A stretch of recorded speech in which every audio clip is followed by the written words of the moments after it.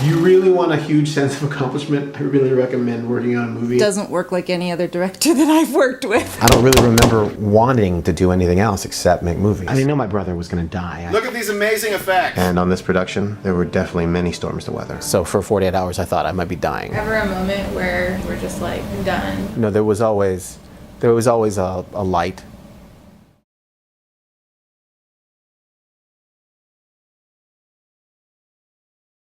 Special thanks to Amanda Hinshaw, my roommate, for coming to visit. She actually worked at the hospital, so it was good for her to come by. It was easy for her to come and visit.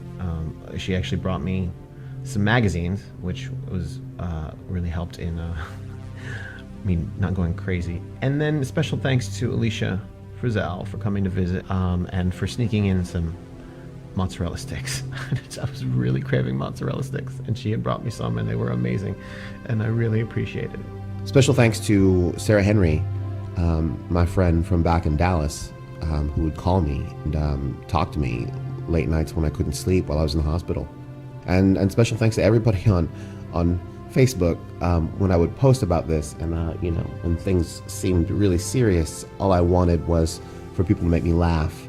And especially my friends Jackie Procopia Langham and Naomi Roberts, especially those two, were really good at posting ridiculous stuff on Facebook that would keep me laughing. And that was all I kind of cared about at the time, especially when I was very uncertain about what was going on. If this is it, if I'm dying, I'm not going to go out completely unhappy. I want to laugh. I want to have some fun. So I'm flipping channels, and I'm trying to find a late night infomercial. There's always one for like one of those Time Life music things. The language of love can be spoken in many ways, and nothing ignites your emotions like the power of love. Yes.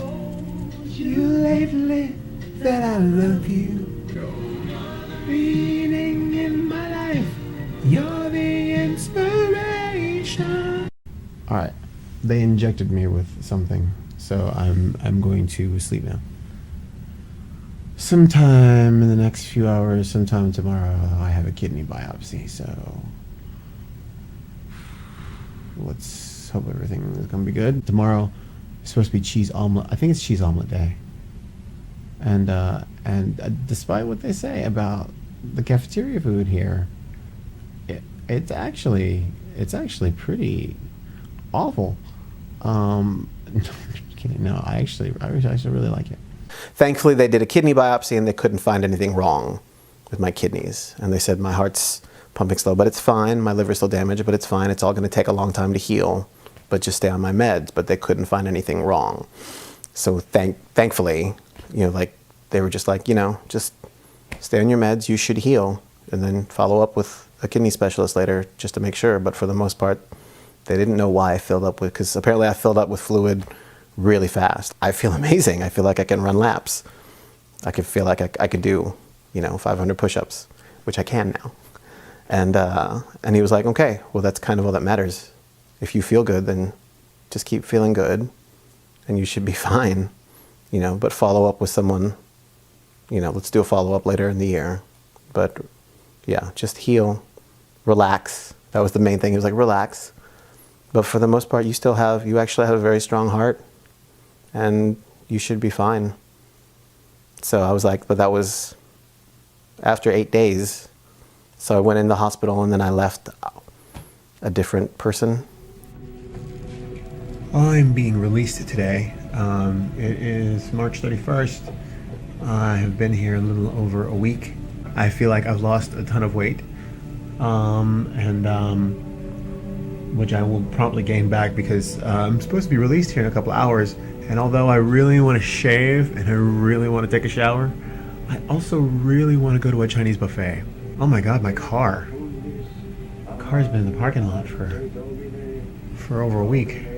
One of the weird things about being in here this week was just the number of really great movies that have come on TV, and the number of times somebody has come in, a nurse or a CNA, to watch some of the movie with me, and whether it was be whether it be Gladiator or Road to Perdition or Braveheart. It's been kind of a weird lesson in the power of movies. There's always somebody who has a favorite movie, and they really love, at least one specific movie, and it's been interesting to talk to different people about movies and storytelling through movies in general. And for some weird reason, I feel like that's part of the reason I was here. I don't know how to explain that. When I checked in here, it was March 23rd. My brother Robert died on May 23rd, and then I also think of my former mother-in-law, Julie, my wife, her mother.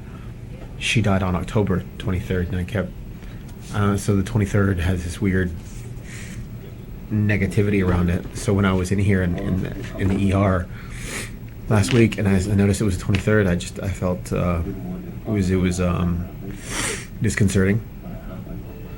For the past month, 2 months, 3 months, year, maybe even longer, I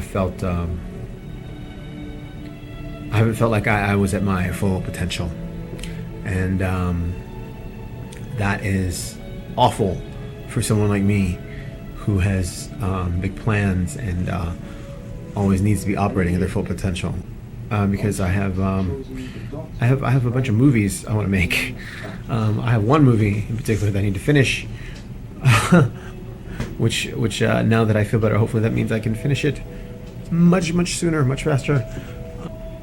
I just want to get back out there and start making more movies. I feel like I've barely started. I feel like I'm just getting started.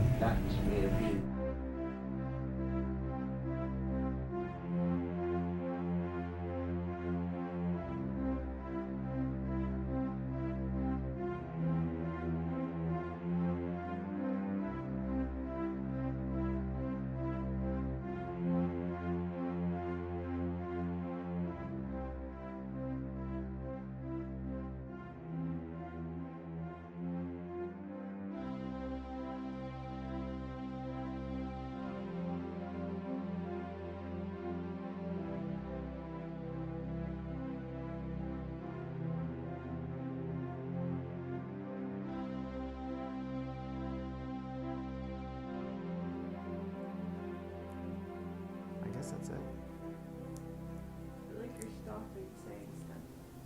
I don't know what else to say. We've caught up to the space-time continuum. That's it? Yeah.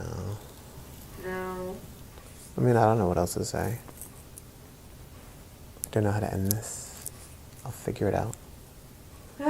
What do you want your story or experiences to inspire or impact on other people? How you like how I'm so frustrated? Yeah. Saying it? Uh-huh. Answer it. I feel like I'm off center. Stop moving. No, I want people who make movies to be inspired and to understand they don't need to have like $1 bajillion to make a movie. If you have your imagination, that's really kind of all you need. I mean, you don't need to have $1 billion budget. You can use what you've got. And a lot of ways that's easier. If you have a crappy apartment, you have a crappy apartment. Whereas if Hollywood needed to shoot something in a crappy apartment, they'd actually need to spend the money and build a crappy apartment and hire somebody to design the crappy apartment. You already have it. So you have that to your advantage. Nobody has your hometown. Nobody knows the people that you know. Nobody has the resources that you have. And you need to start looking at the things that you have as assets. I mean, these are all valuable things. You know, Hollywood doesn't have an April Crumb. I lucked out. She's a really good actress and she was perfect for the role. Nobody else can make this movie because they didn't have the same resources. So I think that's kind of what makes this unique and what can make anybody's movies unique if you can look at what you have that no one else has. And that's a lot. That's a big deal. That's huge. And that didn't cost any money. And if you need the money, you can raise the money.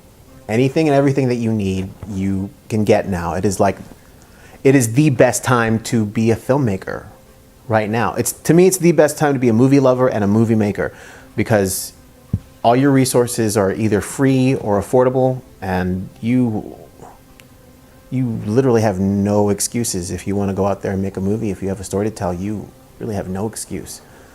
This camera that we're shooting on now was extremely affordable. There are lower end versions of this camera that are even cheaper. You can make cinematic quality images. So if you're looking to make a cinematic movie and you want to make it look good, you can. If you can just do the one important thing, which is tell a story. That's the hard part. Write the script and tell a story. Tell a story that needs to be told. Tell a story that you think that needs to be told. Because there are a bajillion stories out there, and they all need to be told. We all need stories. We all need. It's like the old. Like back in the days, you'd have tribes, and they would gather around the campfire, and they would tell each other stories. Well, this is our campfire, except now our campfire is accessible to everybody. You have YouTube, you have Netflix. You can shoot your movie, you can tell your story, and you can put it online and make it accessible not just to your tribe, but everybody else's. And that's huge, the kind of impact you can have. Convey a specific kind of message and let everyone know. And that's important. And maybe you can make a movie that's more important than some girl dressed in red with a bunch of guns killing werewolves. Maybe there's a more important story for you to tell that can actually affect change, do something positive. But in the meantime, I'm going to do what I do and make stuff that's entertaining. But you, whoever you are, filmmaker, you go out and tell a story that's important to you. And don't think for a second that it's not important to anybody else, because whatever you have to say is valid. You have to say it. You have a voice. It's important. It's important to do what you do. It's important to tell stories. They need to be carried forward. Otherwise, we're just, I don't know, vegetables, robots, drones. Because we're the only creatures in existence that we write poems, we create art, we feel. And it's important we could carry those emotions and stories forward. We need to continue to feel, we need to continue to inspire, we need to continue making sure those campfires burn and we keep telling those stories. That's important to me, is telling the story. Sorry. Because I love movies. It's so powerful. It's sound and dialogue and visuals and emotion all put together. It's the ultimate amplification of life. And if you can do that, you can take that amplification and show it to a person or a huge group of people, you can truly affect somebody in a great way. And that's what movies do for me, and that's what I want to do for people, is influence people in a good way.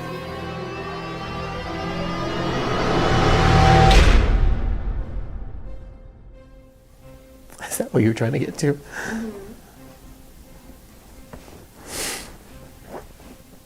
God, so sensitive, Patrick. Put a tissue up your nose.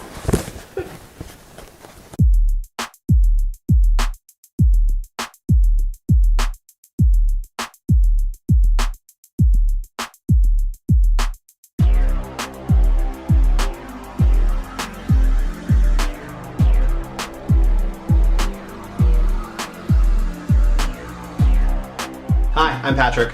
Hi, I'm April. I'm the director of R.E.D., and this is... R.E.D.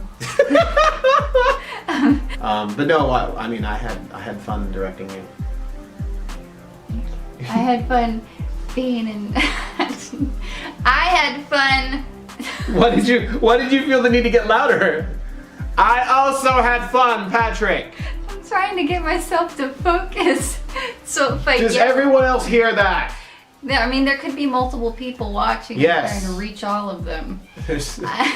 You in the back. You're not paying attention. Hey, turn around. Put Hey, the nachos down. That's Put the rude. nachos down. fucking Thank you. talking to you here. God. Continue, April. Anyway.